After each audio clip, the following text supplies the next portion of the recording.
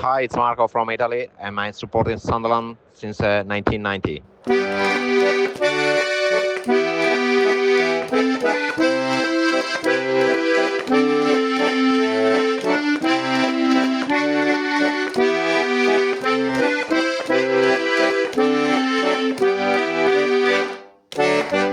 Hello and welcome to another episode of Black Cats Chat, the Sunderland AFC International Fans Podcast. My name is Lee Thirkell. I'm from the Bilbao Black Cats, and today, because we don't have a match to review, we're going to have a podcast special and a branch special today. We are joined by Justin Warner, Chad Jarvis, and John Ellington from Sunderland AFC North America Support Association, also known as SAFC NASA. But just to confirm, they're not astronauts, right, guys? No, I don't claim to be one. Right then, guys. So, I find your branch very fascinating because it is North America Supporters Association. You do cover Canada, you cover USA, you cover parts of Mexico, I believe, now as well. We have done. I think our last Mexican member failed to renew this year, but yeah, we've had a few people from Mexico City who popped in and out. Yeah.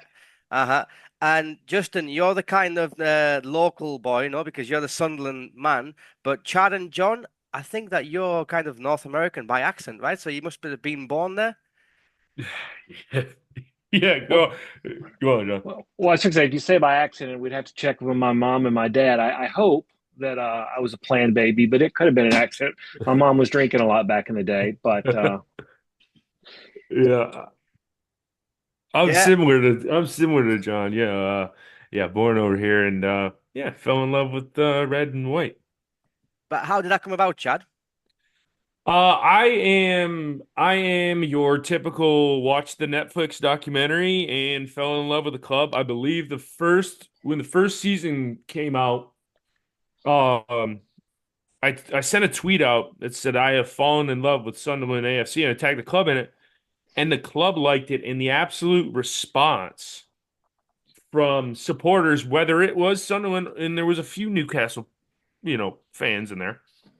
But this is back when they were still in League One. And so that's how I got involved. And then I reached out that's when I found Justin and NASA and all that stuff. And that's when I reached out and was like, how can I get involved? And since then, I've been a member of the NASA board. And yeah, it's a fun trial and tribulation of the ebbs and flows, because over here in the States, most people, if you don't support the big six clubs over here, people tend to look at you with a weird eye and be like, are you not into winning every single game? And it's like, I don't want to be part of that journey of winning 35 out of 38 games. I want to be a part of the journey of I found them while they were in League One. The club was on its knees, and the slow progression up to inevitably, hopefully back to where Sunderland deserved to be in the Premier League. Yeah. No, like you don't want to join the bandwagon of a winning team. I mean, you just want to kind of like go through the ups and downs. And as Niall Quinn once said, get on the magic carpet, right? And that we're riding that magic carpet now. But Chad, whereabouts are you based then in USA? I am about 30 minutes outside of Charlotte, North Carolina. That's where I reside. And as we're going to get into, I was able to go to one of the matches on the preseason tour last year and meet for in person the first time, Justin and John. So yeah, it was cool to see how big of a following, even in random spots that Sunderland picked for their preseason tour last year, to come, the amount of people that just Sunderland supporters that just showed up. And I'm like, we're in a city in North Carolina that not too many people know about. And the pub was packed. I think they ran out of beer. If I remember right. But yeah, it's fun. I'm down in the southeast quadrant of the United States. That's my quadrant. And have you been able to get over to Sunderland for a game at the Stadium of Light yet? I have unfortunately not. I just got married earlier this year, so I'm trying to drag my wife over there. But there's something about going up to the cold north of England that just doesn't attract her. So maybe I can take her somewhere and, oh, look, we just happen to find this this football match, and the team's called Sunderland. I think we're gonna watch it." Yeah, just tell her we have a beach, but don't tell her about the weather, okay? Yeah, yeah. That's brilliant. And John, what about you then? Where are you based? So I'm about an hour outside of Philadelphia, Pennsylvania. I'm originally from Atlanta in the deep South, but I've been up here most of my adult life. And I started following the club about 2013. And one of the things that attracted me to the club, I go down a lot of rabbit holes. I think that's what the internet has done to people like me is I can spend hours on bizarre topics that just pop in my head. And I started watching Premier League football when one of the big national carriers started having Sunday or Saturday and Sunday morning matches. I didn't have a team to follow. And then on one of the matches, it was the Newcastle Sunderland match. And the broadcasters were going on about this rivalry. It's the best in the Premier League. It could be the best in Europe and going on. So I started with the match in the background. I started going down rabbit holes reading about these two places, and I read about Newcastle. I'm like, yeah, I'm not I'm not feeling this. And I started going down the Sunderland rabbit hole, and I realized it had so much in common to the part of Pennsylvania that I live in. You know, a town that had been industrial in the past and proud workers and blue collar pride, and some of those opportunities have drifted away in Pennsylvania, and I know the same is true for Sunderland. And so I kind of fell in love with the idea of Sunderland as a place. So I started following the club, and really, not to my surprise, my interactions over the last 13 or 12 years has really confirmed that the Sunderland fans that I have met and the ones in NASA have just been very kind, very understanding about, you know, somebody that's not from Sunderland, learning different things about the culture, about the match, about the club. And so I was right. I picked a winner. Yeah. When I chose Sunderland, and I have probably either through Nick Barnes, through some pay-per-view service, or being there in person, I don't think I've missed more than 10 or 11 matches since 2013 in some shape or form, because I enjoy it that much. Mm-hmm. No, but it's fascinating that like your love for Sunderland didn't really come from the football aspect. It was basically from the history of the city, right, in the area. 100%. That's it. 100%. Yeah, But yeah. lucky for me, it worked out, and I've been very taken with everybody and everything, and the club is, once you get hooked, even during the rougher years, you just show up because that's just what you do. And I love that about Sunderland fans. I love that about the city itself. Uh-huh. And obviously you've been over, I imagine, a couple of times to watch matches. I think I've been to probably 6 or 7 games at the Stadium of Light, and then I did a preseason in 2014 or 15, and then the one match in Raleigh Durham last year on the North American tour. Mm-hmm. Yeah. And No, that's it's really fascinating that like to hear like you guys that you had no kind of connection at all with Sunderland. I mean, normally it's like expats or whatever who normally start these things, but to get people like yourselves on board is really refreshing. Justin, we've talked about like the branch before that it has. I think you said like over 100 members. Maybe over 200. I can't remember exactly, but 205, I think, at the last count. 205. Yeah. Yeah, and how does that work exactly? How do you guys manage these memberships with like so many different locations in Canada and USA? Well, we with difficulty, I guess, is the easy answer. I mean, we have tried sort of splitting groups up into like regions. So we had regional reps that we had tried to get to like organize meetups and stuff. But again, it was sort of even splitting NASA up into, I don't know, 12 regions or whatever. You're still looking at somewhere huge the size of the US and Canada.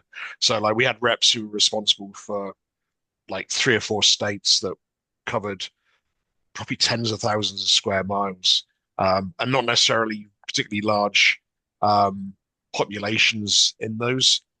So we kind of collapsed that since, and we're just kind of relying on people to let us know when they're going to be getting meetups. We still have sort of the, I guess, core centers where people meet up semi-regularly. Toronto is like by far the most active, but we have groups that meet up in New York. Chad has got people together in Charlotte before. John's had people together for breakfast and watching a game in his hometown. And we're just really looking to encourage our members to shout out, let people know where they're meeting. We can advertise it on Facebook on the events page, and hopefully we'll get people together. Unfortunately, the timing's not great. I mean, it's difficult for us at the best of times of the 3 o'clock kickoff being a 10 a.m. kickoff on the East Coast. That translates to a 6 or 7 o'clock kickoff on the West Coast. And with the Sky games that have just been announced, I'm getting even more early games, which is a pain. We literally can't get bars to open for us at 7 o'clock in the morning. So it's going to make it difficult, but we'll keep plugging away and see what we can do, try and get people together. The TV deal that's come into play this year in the States, like CBS has the rights for the championship this year. So there are more games that are on CBS and Paramount Plus. But in Canada, we have DAZN, which only really covers like the main Sky channels, so we have to rely on SAFC Live for that. So yeah, it's difficult. It's difficult. We're active on social media. I send out emails to our members like 3 or 4 times a month, just to sort of keep them updated.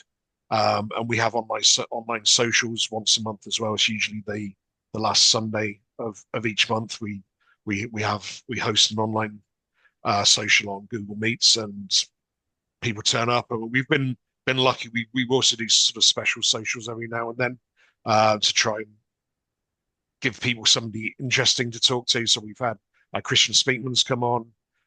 We've had Nick Barnes on. Rob Mason, the club historian's been on. We've had the guys from the Fans Museum on. Even like random people. So like we had the CEO or COO of Ross County, who we bought Ross Stewart from. Okay, wow. John just kind of thought, well, it would be a crazy idea to talk to this guy. And he came on, and he was, I don't know, he was in a hotel on the west coast of Scotland on their pre-season, and he was a good couple of glasses into a bottle of wine. And he was really good value, actually. That was one of our better online socials. It was really interesting. But yeah, we try and get people together as much as we can and keep people informed. And I think we're kind of at a steady point now. I mean, Chad can give you some more details about the number of people that we got in addition when we had the pre-season tour. But we're looking at the high 100s, low 200s as our kind of sweet spot on the moment. It'd be nice to get more. I mean, like when we were in the Premier League, I think we got up to about 350. But a lot of those people just kind of evaporated when we had the back-to-back relegations. So we have a hardcore of a couple of hundred. Yeah, Chad, I suppose that these monthly socials are kind of important, no, for the branch to keep people informed and bring them together. I mean, what kind of stuff do you talk about in these chats? It's usually, I mean, as Justin led on about, we'll have the special socials with the guests, and then they'll have usually the monthly roundup of the past fixtures and people, not as bad a form as we have been in the future or in the past. But now it's a lot easier and better to talk about, to where a couple of years ago, it was just like, well, we're awful. We're always going to be awful. We're not going to improve. We got to sack the manager. We need a striker. We can't score to save our lives. Sorts of things like that. But no, what Justin and all of us at NASA do, we just try, I'll harp on what he said, to just get in fan engagement and like, hey, we're out there. So, because it's the popular thing over here in the States now, if you can't go over and watch the game, because football is growing so much over here in the States, if you can't go over there and watch the game, the next best thing is watch it with your mates at the pub. And so that's what we try to do. Now, COVID kind of killed it a little bit because before COVID, I was having meetups almost every week. And then COVID hit and we just haven't been able to rebound to those higher levels. But as Justin said, the Toronto group every single week is meeting in at least 10 to 15 people.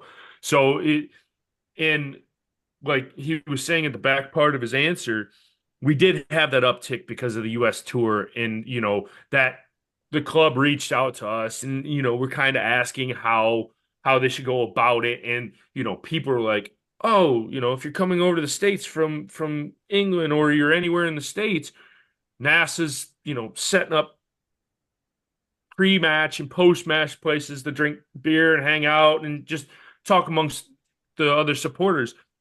And we got a lot of uptick last year. And then obviously you're going to have some of that fall away because they didn't come over here last summer. But I mean, you're going to have that with anybody. But I mean, as he mentioned, because I'm in charge of the membership portion of it. Yeah, over the last few years, we've been getting over that 200 mark easily. Now the doldrum years in League One, not when I took over, it was like 150. But now, since the uptick, the promotion, doing better, everybody wants to jump on the wagon. So if we are able to make the ascension into the Premier League, we'll probably go, as Justin mentioned, way over 300.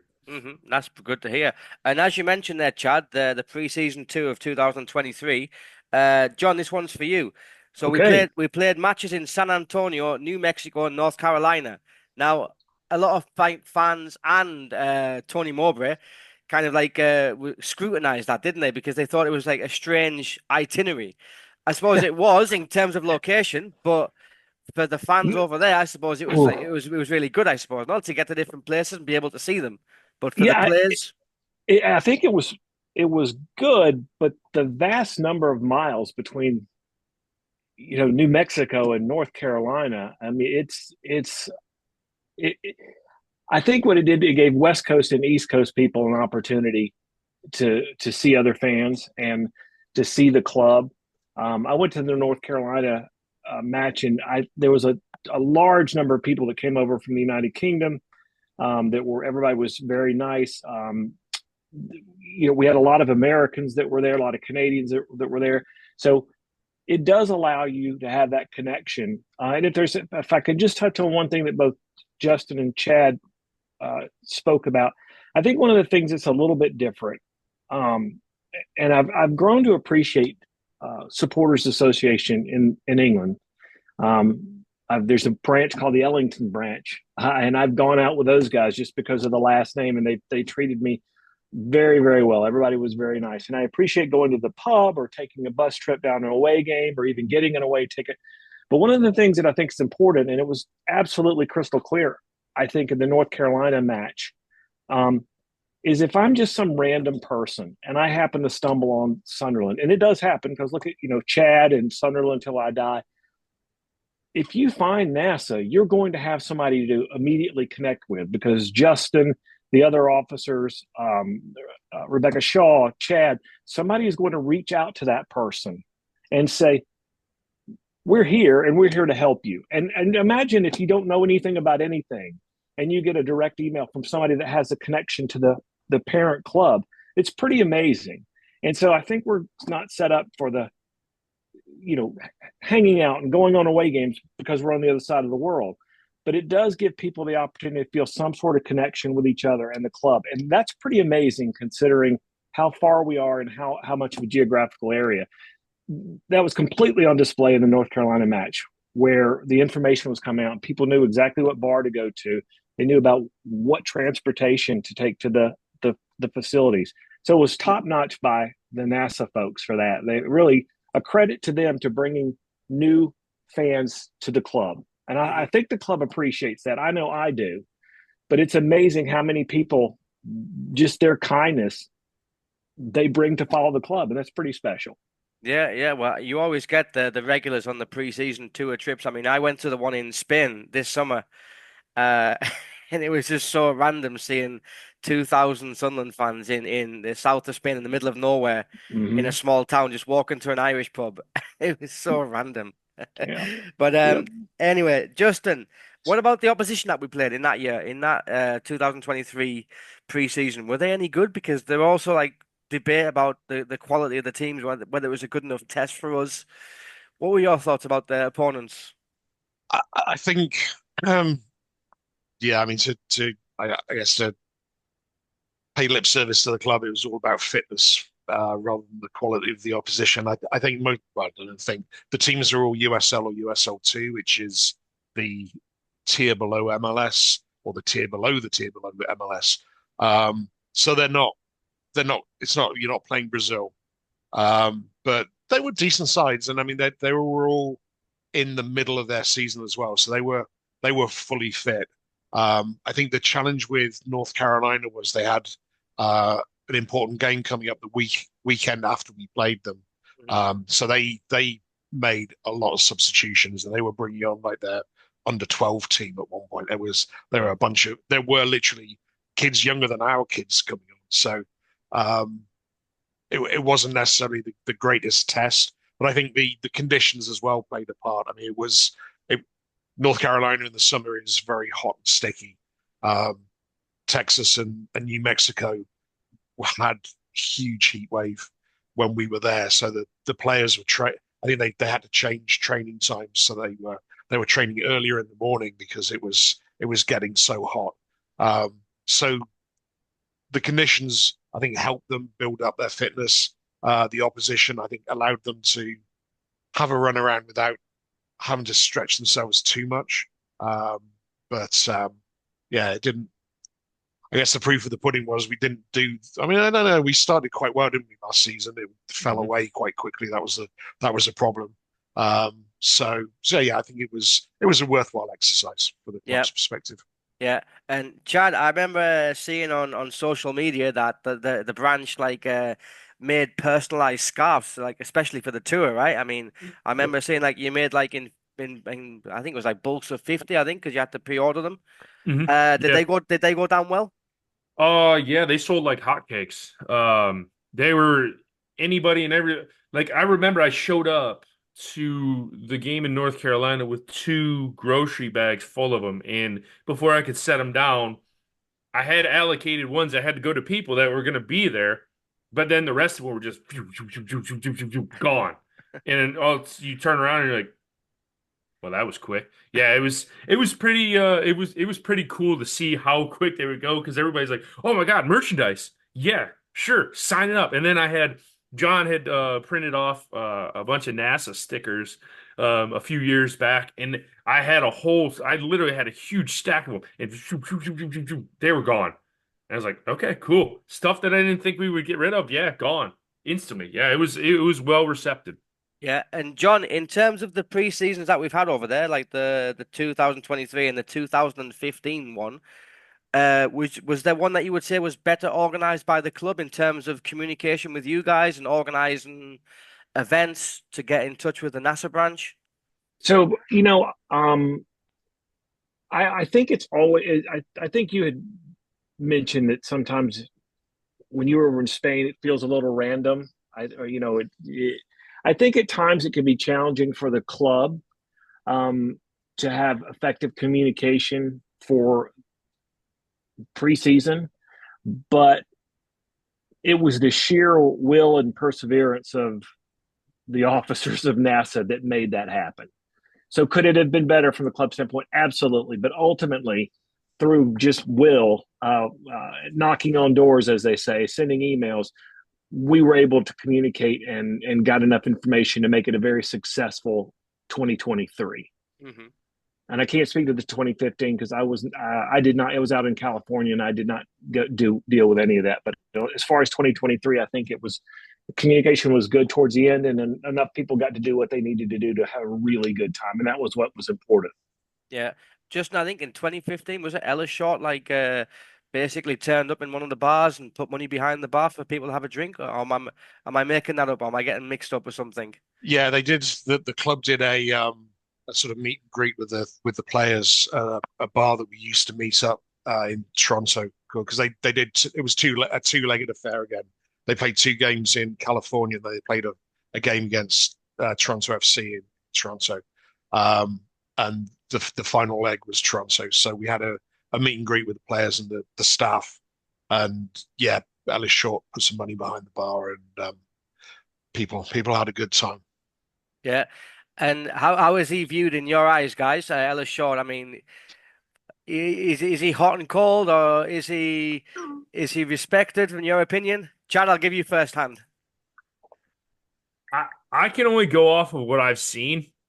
So he doesn't set too well with me because of what he did to the club and put him in the quite the predicament. That I don't really think we've seen a lot of owners do that to teams, and to almost bring the club to its proverbial knees in so short a time.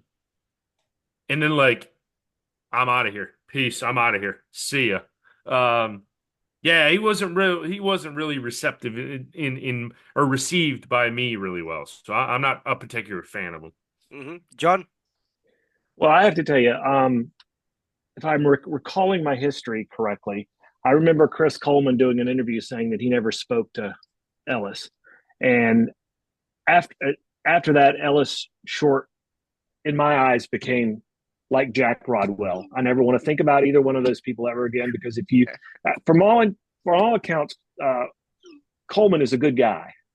And if you don't take the time to work with your manager or even meet with him, I realize you're bleeding money, but he's an owner and he should have been a professional. And I didn't like that at all. So you've brought up a very horrible memory for me, and I'm going to have to just take a few minutes and collect myself. But I'm not a big fan, not at all. I'm sorry about that, John. My That's apologies. all right. I'll get on some online therapy this afternoon, maybe take care of a few of my issues. Thanks.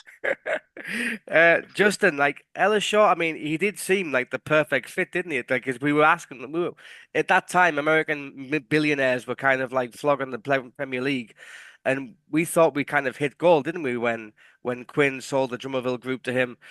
But was it just the case that he didn't get the right people around him to help him do the job? Because if you look now, like Ryan Reynolds and the other guy at Wrexham, they obviously know nothing about football, but it seems that they've just got the right people in to do the job. They've got the right advisors, consultants, and they're doing pretty good. Do you think that's what Ellis Short lacked? Because he had people like what Defanti and Lee Congerton, Margaret Byrne, and all of those horrible names. Yeah, I think the Max Byrne one was the big issue, wasn't it? She was effectively running the club on his behalf, and I think it was chalk and cheese from the Drummondville group. Really, I mean, to be fair to Ellis Short, I mean he did. We had a decent time under Ellis Short until it started going wrong. I think when it started going wrong, it went wrong very, very quickly, and I think he lost interest. But I think when he was invested in the club, we didn't have a terrible time. We made the League Cup final, and he was good to Nasser as well. I mean, it was around the time that we were starting up as well, so he was supporting us and trying to make sure that the club was keeping tabs on what we were doing and keeping us in the loop when things were going on. But the sort of revolving door of managers and directors of football, and just some of the signings that we made were just, it was bad. And the only good thing I think he did was he let the club go and paid off the debts. Unfortunately, it meant that Stuart Donald came in, but that's another story. Very much a mixed bag from Mr. Short's tenure. Yeah, and it didn't get much better, did it? Under Mr. Donald and Mr. Methven, but now No. we seem to be under a little bit better ownership, although there are some kind of concerns still there. But anyway, never mind. Moving on then, Chad. We're currently in first place, 31 points after 15 games. I didn't expect that. I'm sure you didn't expect it either, right? Not after how last season finished. You would have been like, man, this is going to be another long slog. And then RLB gets appointed, and all he does is wave a magic wand, and then magically out of nowhere, Isidores can score. We found a striker. Wow. It's like we turned over a rock and found strikers galore, and now we're hitting absolute worldies, as I coin the phrase piss missiles of goals. Yeah, I mean it's taken the league by storm in a sense, but I think this league's going in two directions, and I'm an avid championship watcher. I love watching it. Any game that's on, I always put it on. But to me, and it's probably the same for Justin and John, and even you yourself, Lee. I think it's like oil and water, and it's starting to separate. You have your Premier League relegated teams with the parachute payments. You have about Preston and Bristol City that are always average, and then you have the rest of the league where it's like Stoke and teams like that, and it's just like I think Sunderland are in that we don't have parachute payments, but we have the quality of players good enough, and especially number 7 when you just let him get on the ball. He does. Turns out he's probably not as good as his brother, but he's damn near close. Yeah, that is true.